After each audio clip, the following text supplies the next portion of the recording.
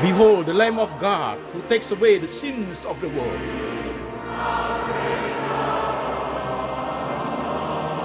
Jesus said, I am the way, the truth, and the life. No one comes to the Father but by me.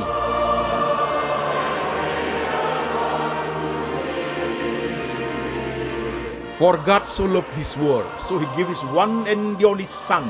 Whoever believes in him shall not perish, but have eternal life.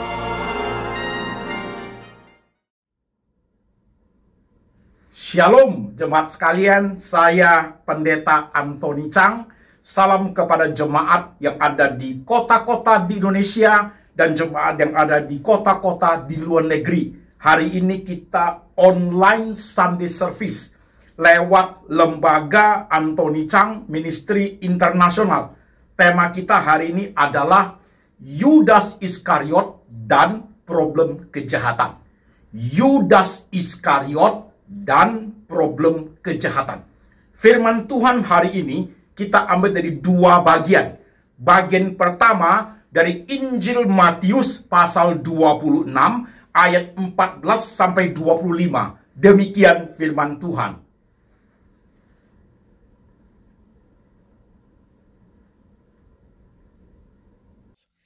Kemudian pergilah seorang dari ke-12 murid itu yang bernama Yudas Iskariot kepada imam-imam kepala. Ia berkata, "Apa yang hendak kamu berikan kepadaku supaya aku menyerahkan dia kepada kamu?" Mereka membayar 30 uang perak kepadanya. Dan mulai saat itu, ia mencari kesempatan yang baik untuk menyerahkan Yesus. Pada hari pertama dari hari raya roti tidak beragi, datanglah murid-murid Yesus kepadanya dan berkata, "Di mana engkau kehendaki kami mempersiapkan perjamuan Paskah bagimu?" Jawab Yesus, "Pergilah ke kota kepada si Anu dan katakan kepadanya, pesan guru, waktuku hampir tiba. Di dalam rumahmu lah aku mau merayakan Paskah bersama-sama dengan murid-muridku." Lalu murid-muridnya melakukan seperti yang ditugaskan Yesus kepada mereka dan mempersiapkan Paskah. Setelah hari malam, Yesus duduk makan bersama-sama dengan ke-12 murid itu. Dan ketika mereka sedang makan, ia berkata, "Aku berkata kepadamu sesungguhnya, seorang di antara kamu akan menyerahkan aku." Dan dengan hati yang sangat sedih, berkatalah mereka seorang demi seorang kepadanya, "Bukan aku, ya Tuhan." Ia menjawab, "Dia yang bersama-sama dengan aku mencelupkan tangannya ke dalam pinggan ini, dialah yang akan menyerahkan aku. Anak manusia memang akan pergi sesuai dengan ada yang tertulis tentang dia. Akan tetapi celakalah orang yang olehnya anak manusia itu diserahkan. Adalah lebih baik bagi orang itu sekiranya ia tidak dilahirkan." Yudas yang hendak menyerahkan dia itu menjawab, katanya, "Bukan aku, ya Rabi." Kata Yesus kepadanya, "Engkau telah mengatakannya." Amin. Firman Tuhan bagian kedua dari 1 Timotius 6 ayat 6 sampai 12. Demikian firman Tuhan.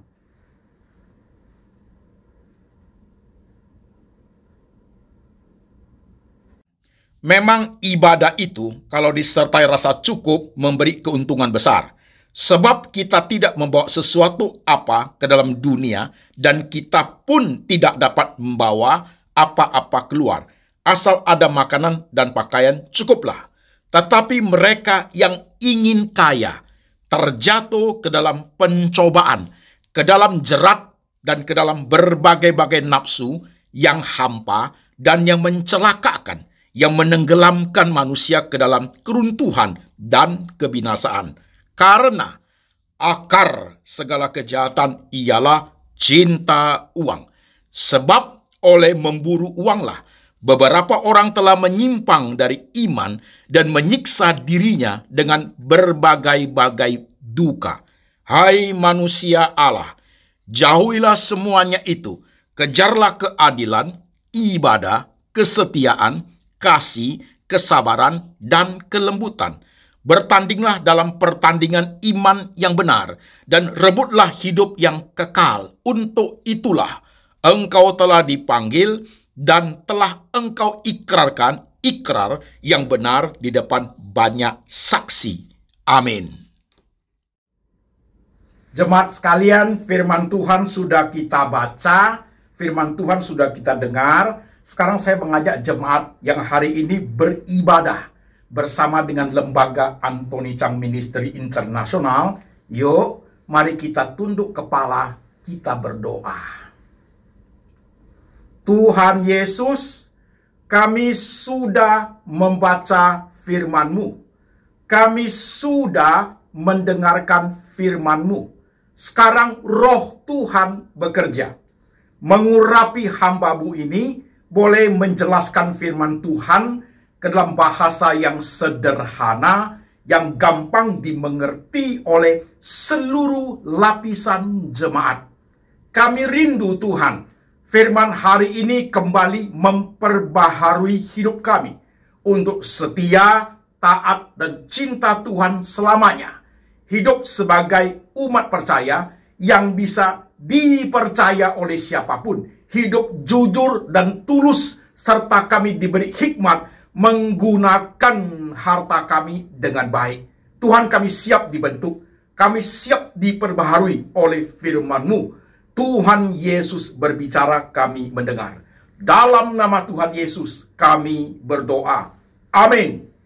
Shalom jemaat sekalian, apa kabar?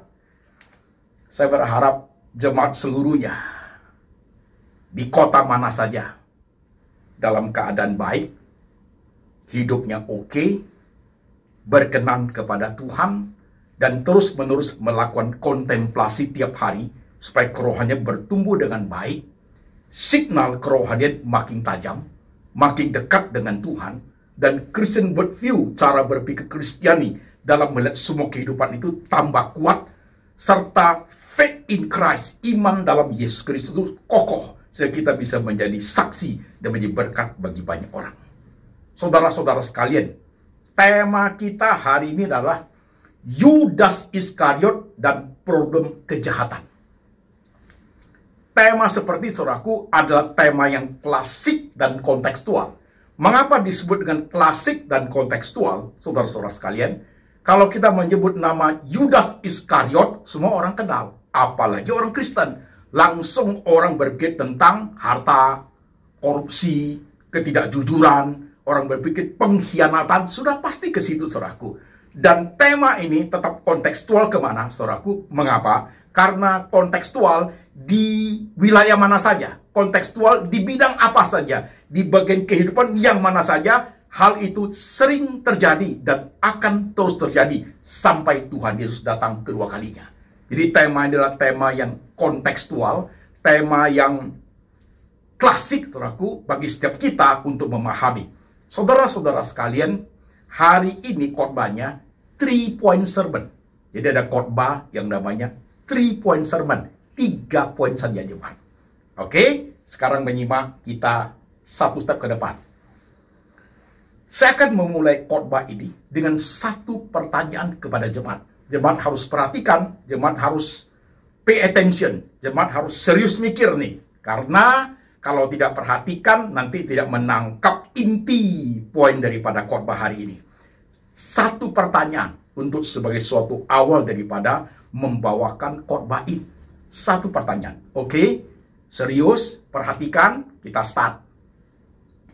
Jika saudara, perhatikan ya, jika saudara, Tuhan Yesus punya 12 murid. Satu dari 12 murid itu mengkhianati dia, menjual dia, menjadi bendahara di situ, curi uang. Satu ya. 2. Jika saudara punya anak 12 orang, salah satu anaknya korupsi uang saudara, mencuri uang saudara, supaya papa ini menghabiskan uang saudara dengan mengkhianati papa mamanya. Udah 2 ya. 3. Jikalau saudara mempunyai 12 teman, salah satu teman mengkhianati saudara, ciak uang saudara, menfitnah saudara. Nah ya, sekarang yang keempat.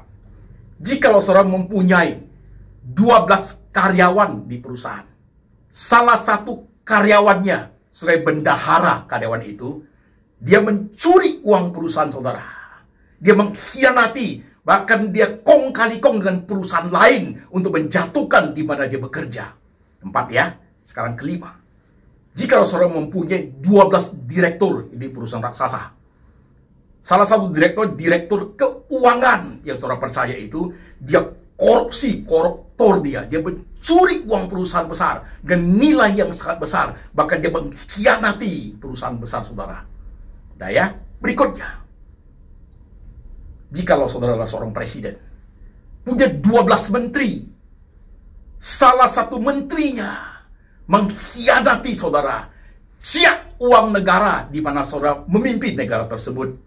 Nah ya, berikutnya, jikalau saudara punya orang-orang paling dekat, punya orang-orang paling dekat, salah satu orang paling dekat itu siap uang saudara, tipu saudara, korupsi uang saudara. Udah, yang terakhir, jika saudara mempunyai 12 pelayan Tuhan dalam gereja, dan salah satunya adalah bendahara gereja, dan bendahara gereja itulah yang mencuri uang gereja. Dengan semua yang saya sebutkan saudara sekalian, kalau itu yang terjadi, maka pertanyaan saya, apa yang saudara lakukan? Saudara akan bilang apa? Itu pertanyaannya. Kemungkinan sangat besar saudara akan mengatakan, seandainya saya tahu, saya tidak akan mempercayai orang-orang seperti itu. Benar.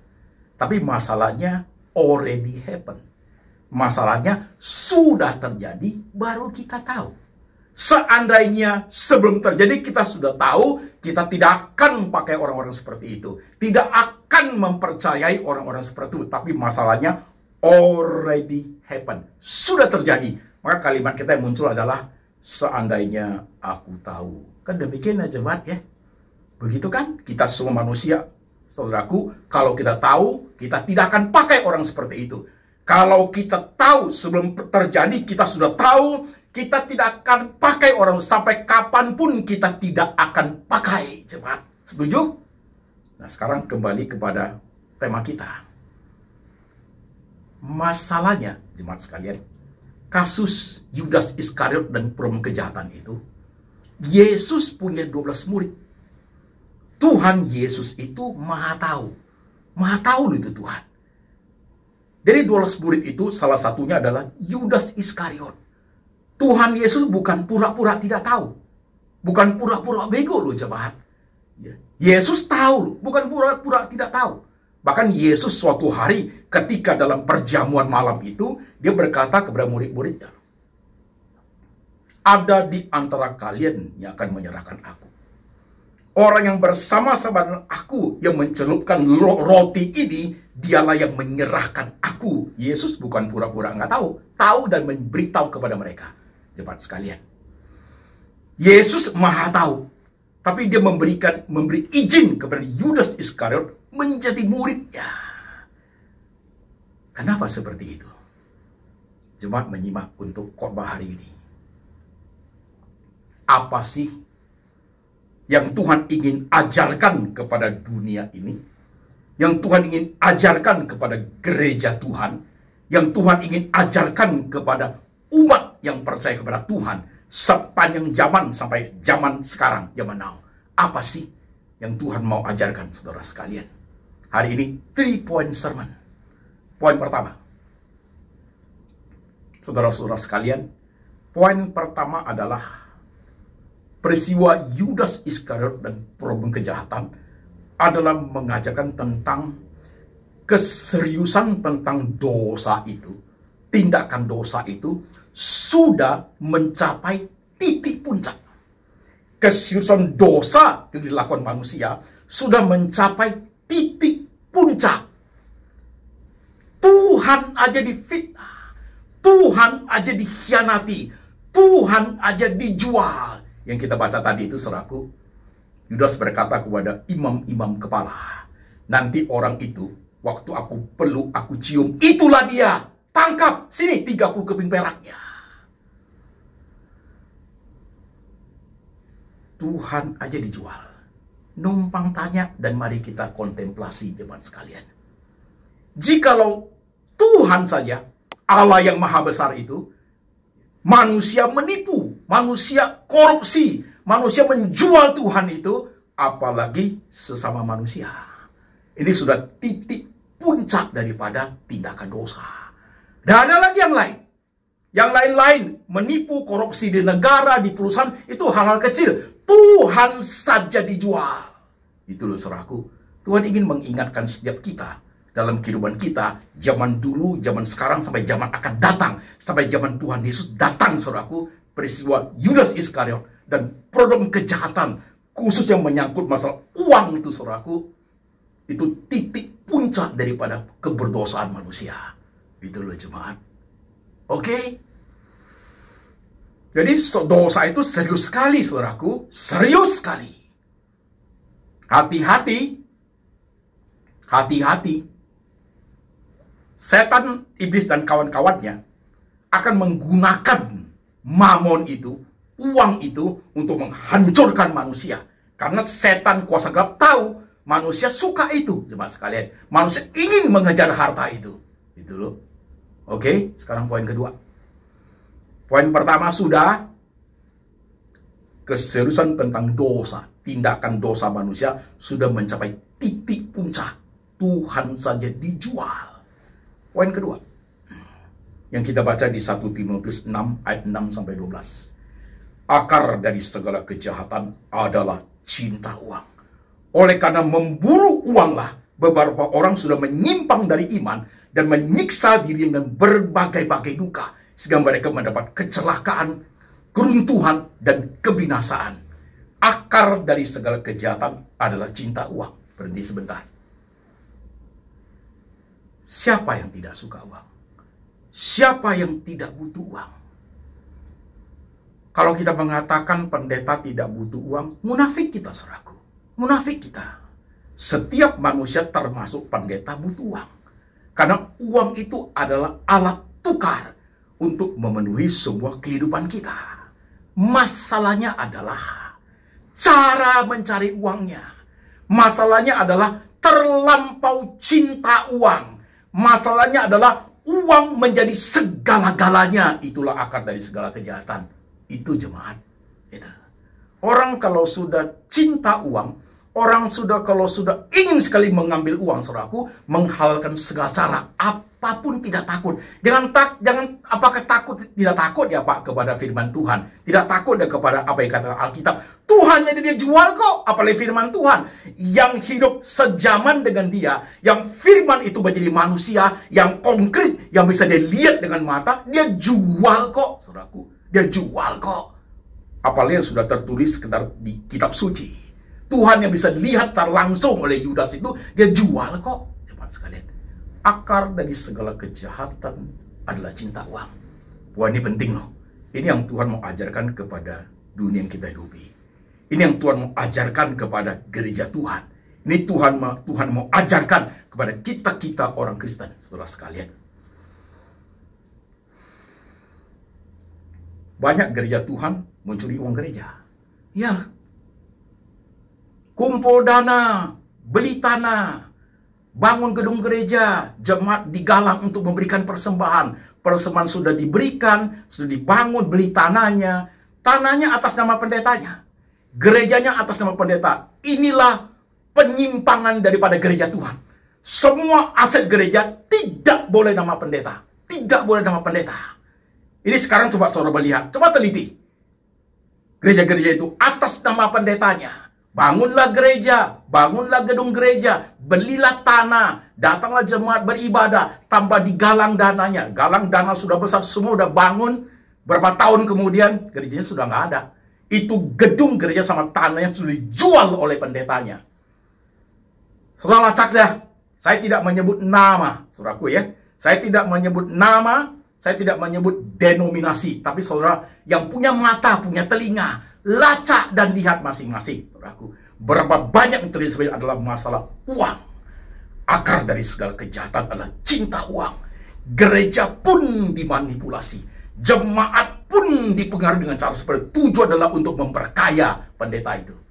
Yes. Kita semua butuh uang, saudaraku. Tapi ketika caranya tidak benar, termasuk hamba Tuhan, suatu hari pasti dihukum Tuhan. Pasti dihukum Tuhan. Sejarah gereja-gereja Tuhan, sejarah hamba Tuhan yang besar, seluruh dunia, saudara baca, ketahuan kan? Dihukum Tuhan, saudaraku, kelihatan semua, terbaca kan? Poin 1 sudah, keseriusan tentang dosa itu sudah mencapai puncak. Poin 2, akar segala kejahatan adalah cinta uang. Poin ketiga, peristiwa Yudas Iskariot, tanda kutip ini, saya buat jadi tanda kutip, saudaraku. Peristiwa Yudas Iskariot dan problem kejahatan, tanda kutip ya, itu akan terjadi kekal sepanjang masa. Sampai Tuhan Yesus datang kedua kalinya. Dimanapun, kapanpun, di institusi apapun, saudaraku. Ya, institusi kecil, institusi menengah, institusi besar, institusi raksasa. Di situ, tanda kutip, Yudas Iskariot yang saudaraku bisa muncul mendadak. Ya, inilah yang kita hadapi dalam dunia kita, saudaraku. 3 poin ini dalam peristiwa Yudas yang God let it happen. Tuhan biarkan Yudas menjadi muridnya. Will let us know untuk mengajar kita. Inilah dunia yang kita hadapi. Welcome to the human race. Selamat datang dalam peradaban manusia. Lacak dari zaman dulu sampai now. Peristiwa Yudas Iskariot dan problem kejahatan itu terjadi nggak? Terjadi, jemaat sekalian. Terjadi. Oke, 3 point sermon selesai. Kalau begitu, what shall we do, Pak Pendeta? Kita harus buat apa, Pak Pendeta? Seandainya kita mengalami seperti itu. Seandainya kita mengalami pengkhianatan. Kita mengalami, ya, kita ditipu, uang kita dicap oleh orang-orang tertentu. Orang yang kita percaya. What shall we do, Pak Pendeta? Kembali kepada 3 point. Poin pertama. Kalau belum terjadi, siapapun tidak mau. Saya pun tidak mau. Kalau saya tahu si A, si B, si C, ya, tidak jujur dalam keuangan, tidak bisa dipercaya, suka-suka menggunakan keuangan, sesuka hati, tidak akan kerjasama, tidak akan pakai orang seperti itu, saudaraku. Tapi masalahnya, kita tidak mau tahu. Setelah terjadi, baru kita tahu. Poin pertama, apa yang harus kita lakukan, Pak Pendeta? 1, tidak usah menyesali diri. Tidak usah berkata, kok ini terjadi sama saya ya Pak? Kenapa ini terjadi sama saya ya Tuhan? Aku kan jujur setia kok ini ya Tuhan. Kok aku dicia orang ya Tuhan? Kenapa begini Tuhan? Don't ask. Nggak usah tanya, nggak usah menyesali. Jawabannya sederhana kok. Tuhan Yesus saya diperlakukan seperti itu. Apalagi lu dan gua. Yes. Apalagi engkau dan saya, saudaraku. Ini problemnya loh. Apalagi engkau saya. Oke? Poin kedua. Next time, lebih hati-hati. Memilih orang yang bisa kamu percaya. Next time, lebih hati-hati. Memberikan kepercayaan. Memberi tugas kepada orang-orang di bawahanmu. Saudaraku, lebih hati-hati. Jangan sembarangan. Termasuk hamba Tuhan. Jangan cepat percaya hamba Tuhan. Hamba Tuhan baru ngomong setengah, kamu sudah amin. Sekarang, kekristenan kita penyakitnya seperti itu. Coba lacak YouTube di khotbah. Coba lacak gereja. Asal pendetanya belum selesai, zamannya sudah amin. Jangan. Mikir dulu. Ngomongnya apa? Maksudnya apa? Tujuannya apa? Kalimat-kalimat secara implisit, maksud dibalik kalimat itu apa? Jangan belum apa-apa, amin, amin, amin. Jangan, termasuk hamba Tuhan, jangan percaya cepat-cepat. Dengarin dulu apa yang mau dia katakan. Dengarin dulu maksudnya apa. Jemaat kadang-kadang sudah terbuai. Pokoknya si A, si B udah pasti Pak Pendeta, udah pasti oke punya. You amin terus. Nanti kalau uang kamu sudah dicap, baru kamu kaget. Kok begitu ya? Nah mulai jemaat sekalian. Next time lebih hati-hati hidup. Jangan mudah percaya orang. Oke? Jangan mudah percaya orang.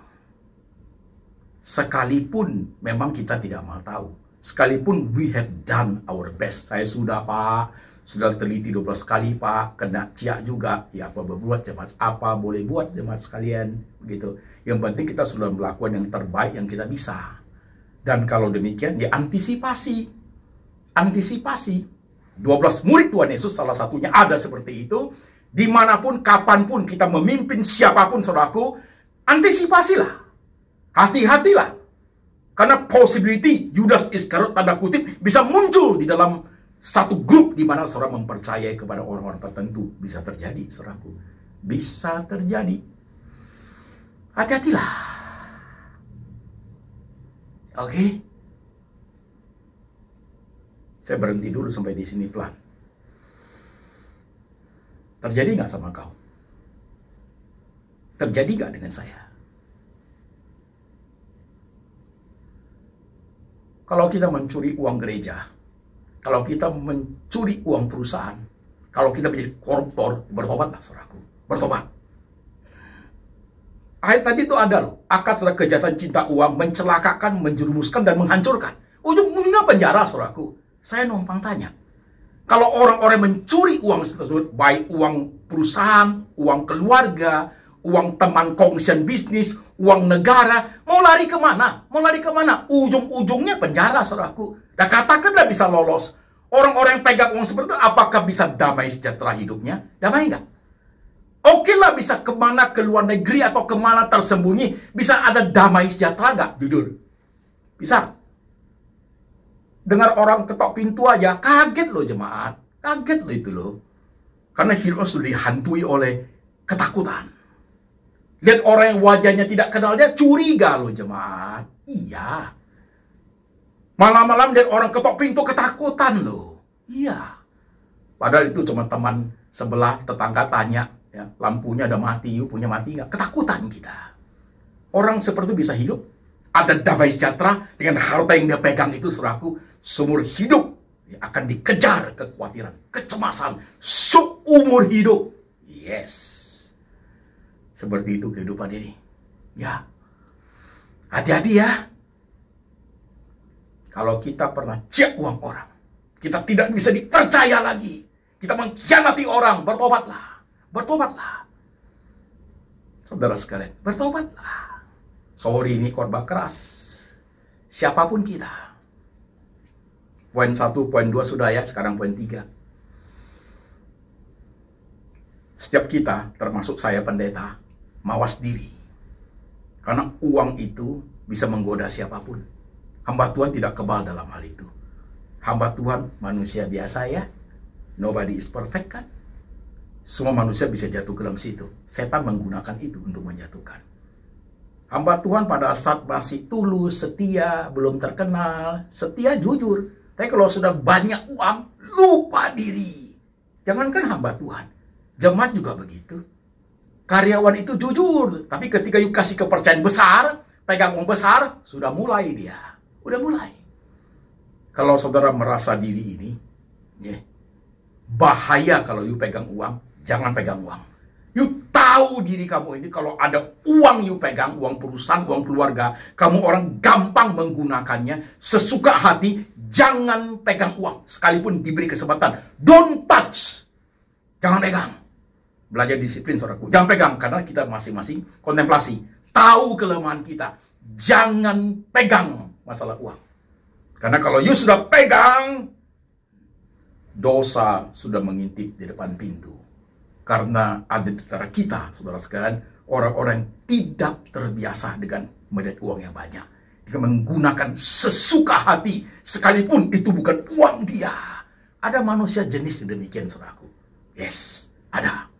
Teman muka itu, sahabat muka itu, teman bisnis muka itu, teman sekolah muka itu, teman kuliah muka itu,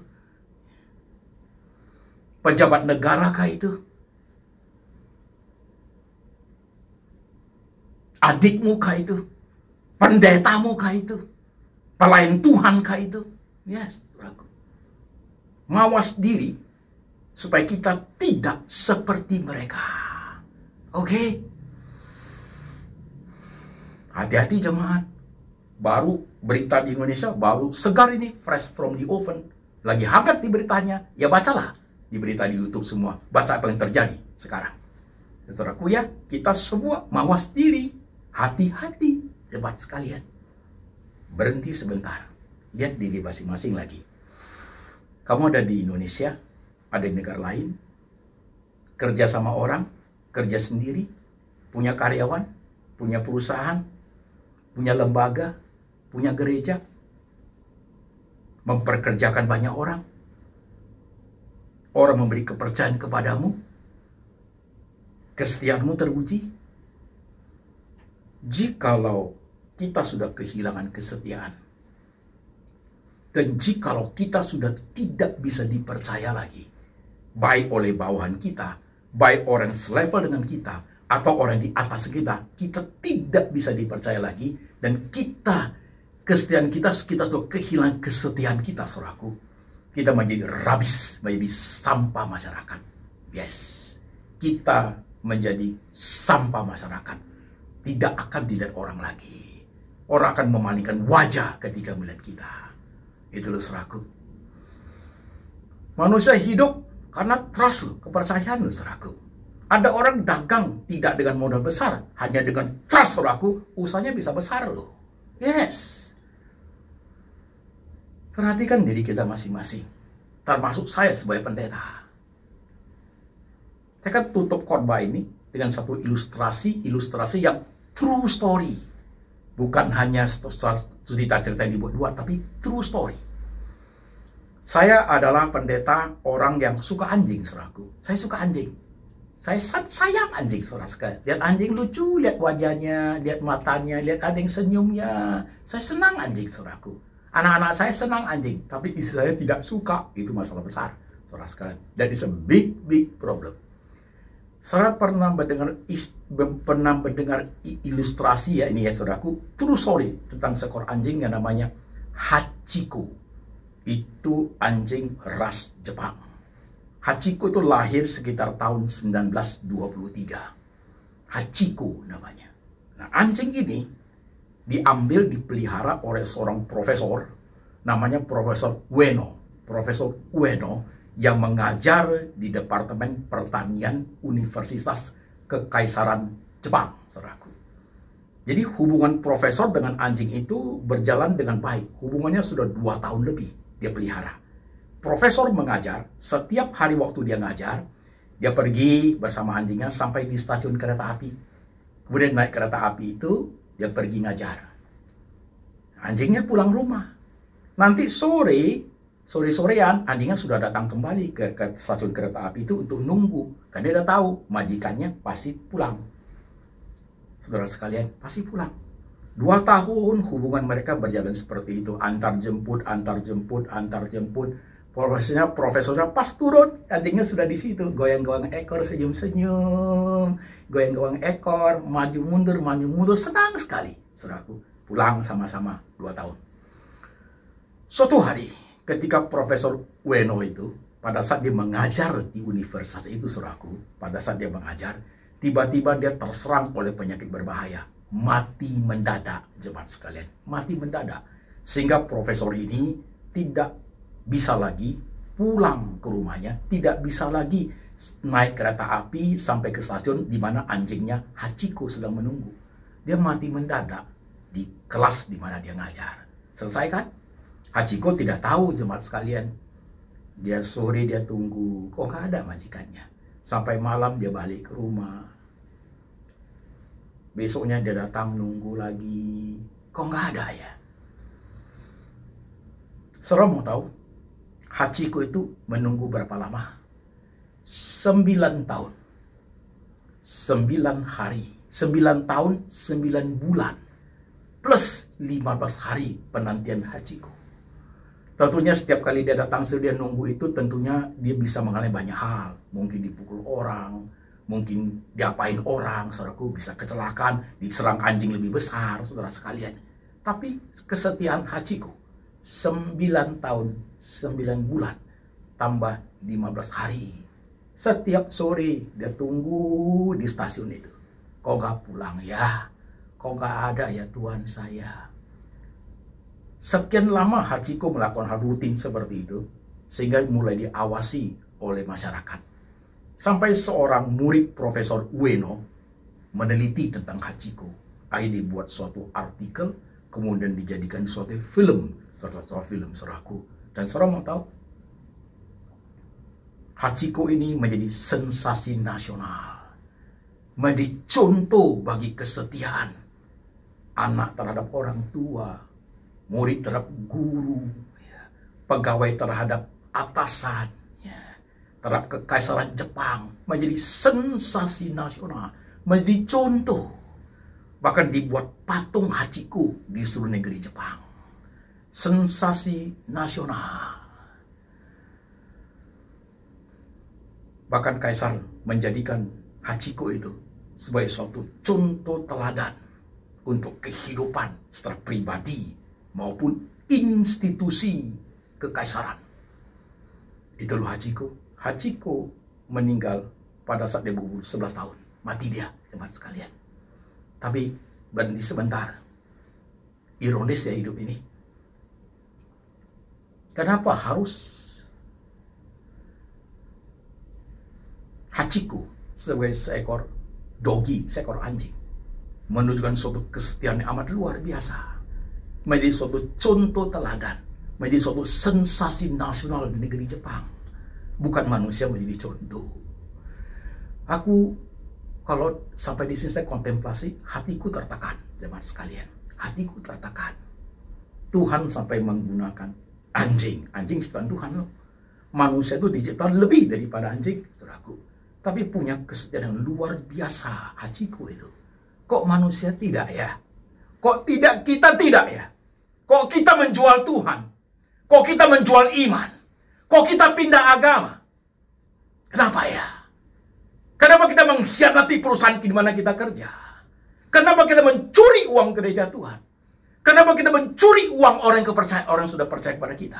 Mengapa kita mengkhianati orang yang selama ini percaya kepada kita? Why? Anjing aja nggak begitu. Anjing aja nggak begitu. Mari kita jadikan khotbah hari ini menjadi pelajaran berharga untuk you and saya, untuk seluruh umat manusia. Biar kita belajar dari anjing, saudaraku. Ya. Saya tidak tahu lagi harus ngomong apa. Tapi sampai poin ini jemaat sekalian, setiap kita menyimak khotbah ini, kalau kita sudah kehilangan kesetiaan, kita kehilangan kepercayaan dari orang-orang yang memberikan kepercayaan kepada kita, memberikan tugas kepada kita, memberikan kepercayaan untuk mengelola keuangan, saudaraku, kita menjadi sampah masyarakat. Useless. Gak ada gunanya lagi, saudaraku. Saudara mau seperti itu? Kerjalah dengan jujur di perusahaanmu, apalagi engkau dipercaya menjadi bendahara, megang bagian keuangan. Lainnya Tuhan dikira Tuhan dengan jujur. Apabila engkau dipercaya sebagai bendahara gereja, kerjalah dengan jujur bersama teman-teman kolega bisnismu. Kalau engkau dipercaya mengelola uang, ya. Kerjalah dengan jujur kalau engkau dipercaya oleh pemerintah, punya jabatan yang tinggi. Kerjalah dengan jujur demi nama Tuhan Yesus. Kerjalah dengan jujur. Jangan lupa akar segala kejahatan adalah cinta uang. Suatu hari akan menghancurkan manusia itu, menenggelamkan, membuat manusia itu porak-poranda. Jemaat mau? Engkau yang ada di kota-kota besar, kau yang ada di kota-kota kecil, kau yang ada di luar negeri, yang ada dalam negeri, kau kerja, karyawan, perusahaan semua, hati-hatilah hidup. Yudas Iskariot dan perum kejahatan itu klasik. Artinya bisa muncul anytime, anywhere, kapan aja dan di mana aja. Mari kita belajar sensitif, kita belajar kontemplasi, kita belajar mawas diri, jemaat sekalian, mawas diri. Jikalau engkau melihat ada orang-orang seperti itu, periksa diri kita, jangan seperti mereka. Berharaplah kepada Tuhan, anugerah Tuhan kepada kita sesuai dengan kapasitas kita masing-masing. Oleh karena memburu uanglah, beberapa orang sudah menyimpang dari iman dan menyiksa dirinya dengan berbagai-bagai duka. Apa artinya? Engkau memiliki seluruh harta di dunia ini, tapi engkau tidur saja tidak pernah tenang. For what? Teman sekalian. Apa artinya? Apa artinya engkau tinggal di rumah yang mewah luar biasa, tapi hasil korupsi, hasil pencurian? Apa artinya? Lebih baik tinggal di rumah yang kumuh. Di situ ada ketenangan. Ketenangan jiwa. Oke, jemaat. Lihat diri kita masing-masing, termasuk saya. Mawas diri kita ya. We are human. Mari kita tundukkan kepala. Kita berdoa. Tuhan Yesus, ampuni kami jika kami termasuk orang-orang yang tidak bisa dipercaya. Jikalau kami termasuk orang-orang yang sudah menyia-nyiakan kesetiaan kami. Ampuni kami Tuhan. Jika kami adalah orang-orang yang sudah mengecewakan atasan kami, mengecewakan bawahan kami, mengecewakan sesama teman kami Tuhan. Ampuni kami Tuhan. Kami bertobat. Kami melihat Tuhan yang besar. Tolong setiap kami Tuhan Yesus, untuk kami periksa diri kami masing-masing. Kami tahu kami butuh uang. Tapi karena uanglah manusia itu kan bisa sangat jahat. Tuhan pun dijual. Tuhan Yesus, ampuni kami. Jemaat, 1 menit engkau berdoa sendiri-sendiri. Kau berdoa sendiri-sendiri. Kau ciak uang jemaat. Kau ciak uang temanmu. Kau ciak uang yang orang yang paling percaya kepada engkau. Kau ciak uang papamu. Kau ciak uang perusahaanmu. Pada bosmu baik sekali. Kamu dihukum Tuhan nanti. Kau ciak uang negara. Kau ciak uang gereja. Dihukum Tuhan nanti. Hiduplah dengan tulus. Berkat Tuhan itu kepada setiap kita cukup untuk kita hidupi. Lihat diri masing-masing. Berdoa sendiri-sendiri. Jikalau kita pernah melakukan itu, minta ampun sama Tuhan. Jikalau kita tidak melakukan seperti itu, hiduplah dengan benar. Dan jikalau kita mengalami hal seperti dari orang lain, belajar seperti Tuhan. Lain kali lebih hati-hati. Jangan mudah percaya orang.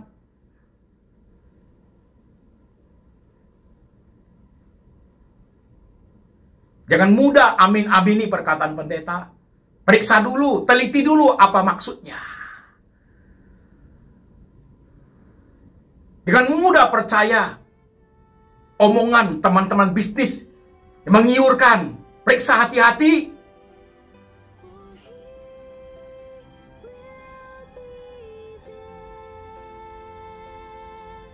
Tuhan Yesus, inilah kami, setiap kami yang tertunduk di hadapan Engkau. Nobody is perfect. Kami mudah terseret oleh dosa karena uang. Tuhan, berkati setiap kami. Bawa kami ke jalan-Mu ya Tuhan, jalan lurus yang diberkati oleh Engkau. Lihat setiap jemaat yang kepala tertunduk, Engkau paling tahu siapa mereka, bagaimana keadaan mereka. Peristiwa Yudas Iskariot menjadi contoh yang paling konkret bagaimana seharusnya mawas diri ya Tuhan. Letakkan tangan-Mu di atas kepala jemaat. Letakkan tangan-Mu di hati jemaat. Teguhkan kami Tuhan. Luruskan jalan kami. Bawa kami ke jalan yang seturut dengan firman. Sehingga kami boleh menjadi saksi bagi kemuliaan nama Tuhan. Dan biar berkat ini turun atas jemaat. Kasih dari Allah Bapa dari surga turun atas engkau. Yesus Kristus adalah gembala yang baik, pemelihara jiwamu. Dan roh Tuhan, Tuhan Roh Kudus selalu memateraikan firman, mengajar engkau akan kebenaran yang tertulis dalam kitab suci. Sampai selama-lamanya. Sampai suatu hari Tuhan Yesus datang kembali menjemput setiap orang yang percaya. Dalam nama Tuhan Yesus. Amin.